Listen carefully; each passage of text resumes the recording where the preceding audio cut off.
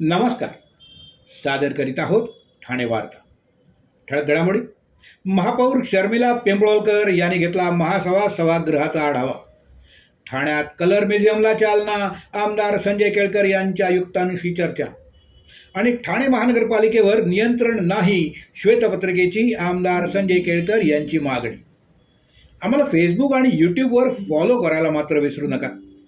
तर पाहूया ठळक घडामोडी विस्तृतपणे, पण काही क्षणातच. रोज रोज तेच राजकीय कार्यक्रम बघून कंटाळलात ना? अहो, मग ठाणे वार्ता श्रीस्थानक आता तुम्हाला नवनवीन कार्यक्रमांचा आनंद लुटण्याची संधी देते. आपल्या घरातील लग्न, मुंज, कोणतंही शुभकार्य अशा विविध घटनांचा आनंद आपण ठाणे वार्ता श्रीस्थानक वाहिनीवर लुटू शकता आणि सगळ्यांपर्यंत पोहोचवू शकता.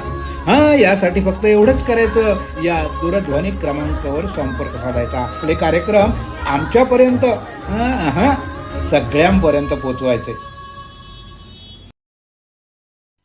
आपण पाहत आहात श्रीस्थानक वाहिनी, ठाणे जिल्ह्याचं मुख्य व्यासपीठ.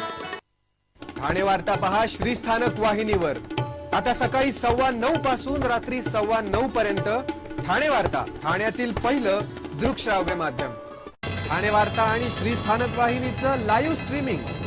ठाणेवार्ता.com वरील लाईव्ह स्ट्रीमवर क्लिक करा आणि अगदी मोबाईलवरही ठाणे वार्ता श्रीस्थानक वाहिनीचा आनंद लुटा.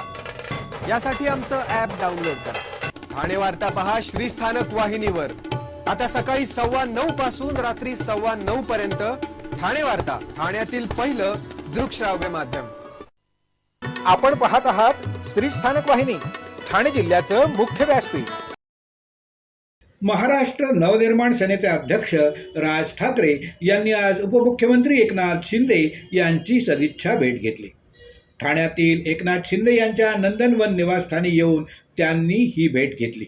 यावेळी या दोन नेत्यामध्ये विविध विषयांवर चर्चा झाली. मुंबई महानगरपालिका निवडणुकीनंतर या दोघांची ही पहिलीच भेट होती. मुलुंड इथल्या मेट्रो अपघाताची घटना ताजी असतानाच ठाण्यातील नितीन सिग्नल परिसरात मनसेकडून बॅनरबाजी करण्यात आली आहे. मुलुंड अपघातानंतर सरकारला डिवचणारं व्यंगचित्रात्मक बॅनर इथं लावण्यात आलंय. ठाण्यात MMRDAचं कार्यालय स्थापन करावं, जेणेकरून मेट्रो संदर्भातील तक्रारी ठाण्यातच करता येतील, अशी मागणी करण्यात आली आहे. सध्या MMRDAकडे तक्रार करण्यासाठी वांद्रे इथे जावं लागतं, अशी नाराजी व्यक्त करण्यात आली.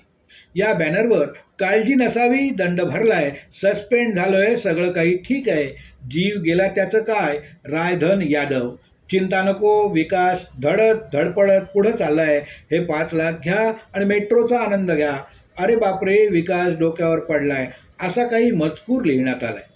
ठाणे शहरात देखील मोठ्या प्रमाणात मेट्रोचं काम सुरूच आहे. मात्र सुरक्षेचे पुरेसे उपाय अवलंबले जात नसल्याचा आरोप मनसेकडून करण्यात आला. प्रशासनाने कंत्राटदार आणि संबंधित अधिकाऱ्यांना योग्य ती समज द्यावी आणि नागरिकांच्या जीवाचं रक्षण करावं, अशी मागणी मनसे कार्यकर्ते स्वप्नील महिंद्रकर यांनी केली आहे. नामांकित कंपनीच्या नावानं बनावट टेल्मा AM औषधाची विक्री करणाऱ्या 2 वितरकांना मानपाडा पोलिसांकडून अटक करण्यात आली. या प्रकरणी उच्च रक्तदाबासाठी वापरल्या जाणाऱ्या टेल्मा AM या औषधाचा बनावट गोळ्यांची विक्री केल्याचा प्रकार उघडकीस आलाय. मानपाडा पोलिसांनी मोठी कारवाई करून डोंबिवली आणि मुंबईतील 2 औषध वितरकांना अटक केली. डोंबिवलीतील श्रीराम फार्मा याचा मालक पंकज उपाध्याय आणि मुंबईतील वितरक विवेक रॉय यांना पोलिसांनी बेड्या ठोकल्या असून या आरोपींकडून नामांकित कंपनीच्या लेबलसह बनावट औषधांचा मोठा साठा जप्त करण्यात आला आहे. अन्न आणि औषध प्रशासनानं दिलेल्या माहितीनुसार या बनावट गोळ्या शरीरात उशिरा विरघळतात, त्यामुळं रुग्णांना हृदयविकाराचा झटका किंवा स्ट्रोकचा गंभीर धोका निर्माण होऊ शकतो. तपासादरम्यान या प्रकरणात बिहार कनेक्शन देखील समोर आलं असून पुढील तपास सुरू आहे. कल्याण शहरातील खडकपाडा परिसरात धक्कादायक घटना समोर आली. एका खासगी कंपनीत काम करणाऱ्या डिलिव्हरी बॉयनं जवळपास 60,000 रुपयांचं पार्सल खडकपाडा परिसरातील नेहमीच्या ठिकाणी 2 गोण्यांमध्ये भरून ठेवलं होतं. यावेळी काही संधी साधू चोरटे त्याच्या हालचालीवर लक्ष ठेवून होते. संधी साधून त्यांनी पार्सलनं भरलेली एक गोणी उचलून पळ काढला. ही संपूर्ण घटना CCTV कॅमेऱ्यात कैद झाली असून या प्रकरणी खडकपाडा पोलीस अधिक तपास करीत आहेत. भिवंडी शहरातील नदीनाका परिसरातील कमला मिल कंपाऊंड इथं कोळशानं भरलेला ट्रक पलटल्याची घटना घडली आहे. सुदैवानं या अपघातात कोणतीही जीवितहानी झालेली नाही. पनवेल इथून कोळसा भरून घेऊन हा ट्रक नदीनाका इथल्या शिवकृपा डम्पिंगकडे जात होता. चालक कृष्णा यांनी ट्रक वळवताना रस्त्याच्या कडेला असलेली माती ओलसर असल्यामुळे वाहनाचा तोल गेला. कोळशाचा संपूर्ण भार एका बाजूला झुकल्यानं ट्रक अनियंत्रित होऊन रस्त्यावर पलटी झाला. भिवंडी महानगरपालिका महापौर निवडणुकीच्या पार्श्वभूमीवर मोठी घडामोड पाहायला मिळते. कोणार्क विकास आघाडीचे माजी महापौर विलास पाटील आणि भाजपमध्ये झालेल्या वादानंतर विलास पाटील यांना शिवसेनेनं जवळ करून महापौर निवडणूक लढवण्याचा प्रयत्न सुरू केल्यानं भाजपामध्ये तीव्र नाराजी पसरली.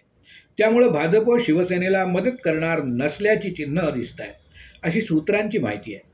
बहुमताचा आकडा गाठण्यासाठी शिवसेना आणि भाजपमध्ये शर्यत लागली असून भाजपमधील नाराज नगरसेवकांना आपल्या बाजूला वळवण्यासाठी शिवसेनेकडून प्रयत्न सुरू असल्याची माहिती आहे.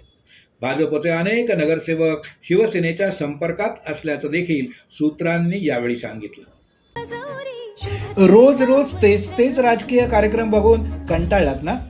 अहो, मग ठाणे वार्ता श्रीस्थानक आता तुम्हाला नवनवीन कार्यक्रमांचा आनंद लुटण्याची संधी देते.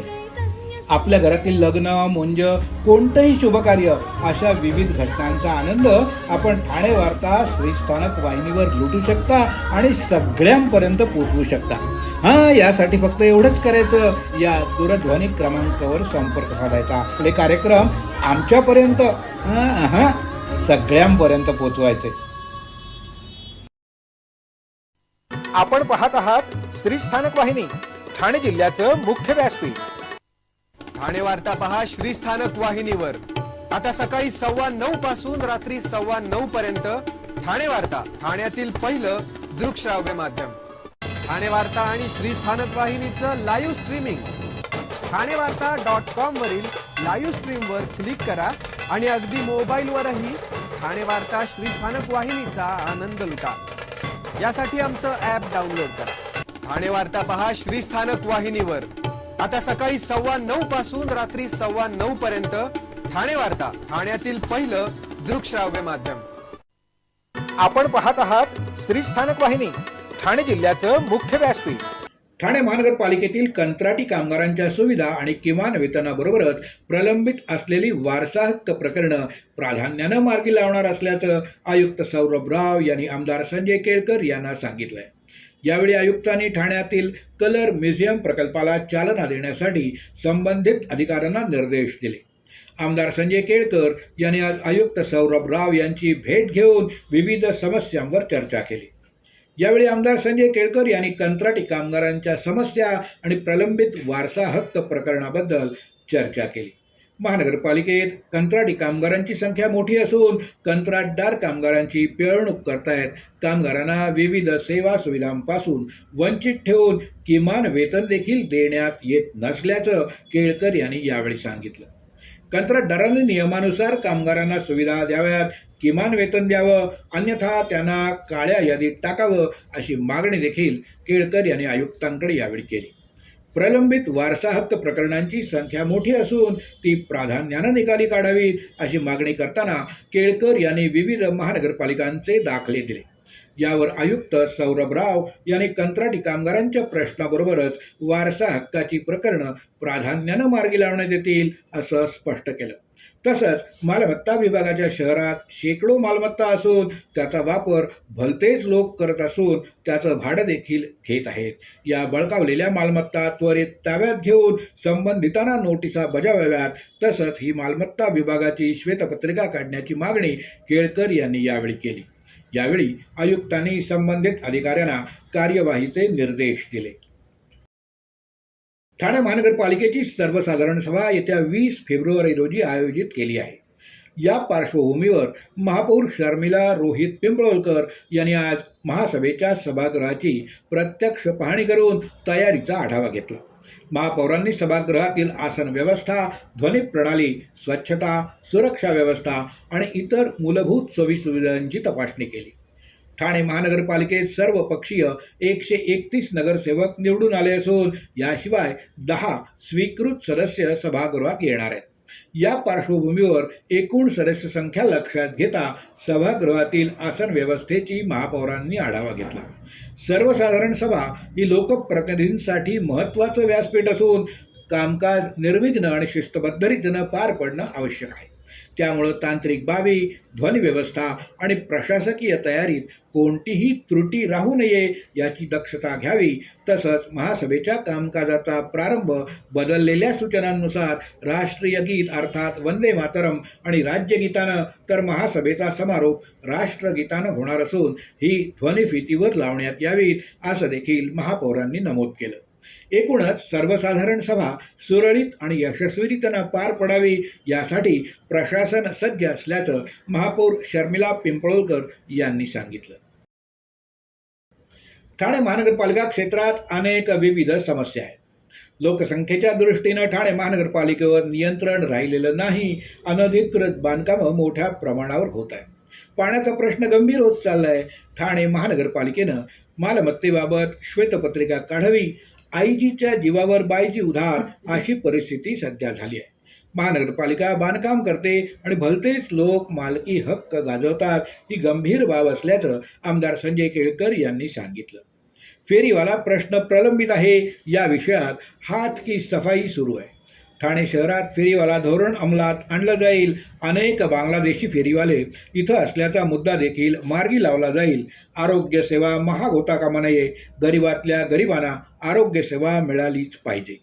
महानगरपालिकेच्या भव्य इमारती उभारत आहे तर रुग्णालयांच्या सुविधा देखील तितक्याच दर्जेदार असाव्यात. यासाठी आम्ही मागणी करत असल्याचं त्यांनी सांगितलं. गणेश नाईक यांनी मूळ विषय उपस्थित केला. ते जुने आणि जाणते नेते आहेत. भूखंड आणि महानगरपालिकेच्या डिपॉझिट संदर्भात त्यांनी प्रश्न विचारले आहेत. त्या प्रश्नांना बगल देऊन इतर मुद्दे उचलण्यापेक्षा त्यांना समाधानकारक उत्तर द्यावं. अन्यथा ॲक्शनला रिॲक्शन होतच राहील, जे महायुतीच्या दृष्टीनं योग्य नाही असं ते म्हणाले. शिंदे साहेब नगरविकास खात्याचे सक्षम मंत्री आहेत. ते गेल्या 10 वर्षापासून या क्षेत्रात कार्यरत आहेत. त्यांनी उपस्थित केलेले विषय खरे असतील तर चौकशी लावली जाऊ शकते आणि योग्य ते उत्तर दिले जाईल असं सांगून गणेश नाईक हे अनुभवी नेते आहेत.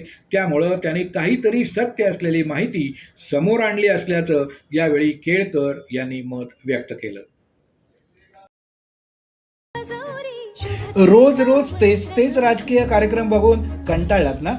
अहो, मग ठाणे वार्ता श्रीस्थानक आता तुम्हाला नवनवीन कार्यक्रमांचा आनंद लुटण्याची संधी देते. आपल्या घरातील लग्न, मुंज, कोणतंही शुभकार्य अशा विविध घटनांचा आनंद आपण ठाणे वार्ता श्रीस्थानक वाहिनीवर लुटू शकता आणि सगळ्यांपर्यंत पोहोचवू शकता. यासाठी फक्त एवढंच करायचं. या दूरध्वनी क्रमांकावर संपर्क साधायचा. आपले कार्यक्रम आमच्यापर्यंत सगळ्यांपर्यंत पोहोचवायचे. अहो, आपण आपलं घर स्वच्छ, सुंदर, नेटनेटकं ठेवतो ना. मग आपण आपल्या शहराच्या बाबतीत उदासीन का? आपलं शहर स्वच्छ, सुंदर आणि नेटनेटकं ठेवणं ही आपली जबाबदारी आहे, हो ना? मग उचला फोन आणि विना परवाना होर्डिंग्स, बॅनर्स कुठे दिसले तर 1800-222-108 या टोल फ्री क्रमांकावर कळवा किंवा 7506946-155 या भ्रमणध्वनीद्वारे आपली तक्रार नोंदवा किंवा महापालिकेने तयार केलेल्या स्टार ग्रेड ॲप्लिकेशनद्वारे आपली तक्रार नोंदवा. त्याची दखल त्वरित घेतली जाईल. लक्षात घ्या, आपला छोटासा सहभाग आपलं शहर स्वच्छ, सुंदर आणि नेटनेटकं बनवू शकतो. जसं आपलं घर तसं आपलं ठाणे शहर. आपण आपले कार्यक्रम किंवा बातम्या आम्हाला ठाणेवार्ता@gmail.com या ईमेलवर कळवू शकता. ठळक घडामोडी शेवटी पुन्हा एकदा. महापौर शर्मिला पिंपळकर यांनी घेतला महासभा सभागृहाचा आढावा. ठाण्यात कलर म्युझियमला चालना. आमदार संजय केळकर यांच्या आयुक्तांशी चर्चा. आणि ठाणे महानगरपालिकेवर नियंत्रण नाही, श्वेतपत्रिकेची आमदार संजय केळकर यांची मागणी. या होत्या ठाणे वार्ता. आपली एखादी बातमी बघायची राहून गेली असेल तर आपण ठाणेवार्ता.in या आमच्या संकेतस्थळाला किंवा आमच्या फेसबुक पेज तसंच यूट्यूब चॅनलला अवश्य भेट द्या. तर मग पुन्हा भेटूया पुढल्या बातमीपत्रात फक्त श्री स्थानक वाहिनीवर. धन्यवाद.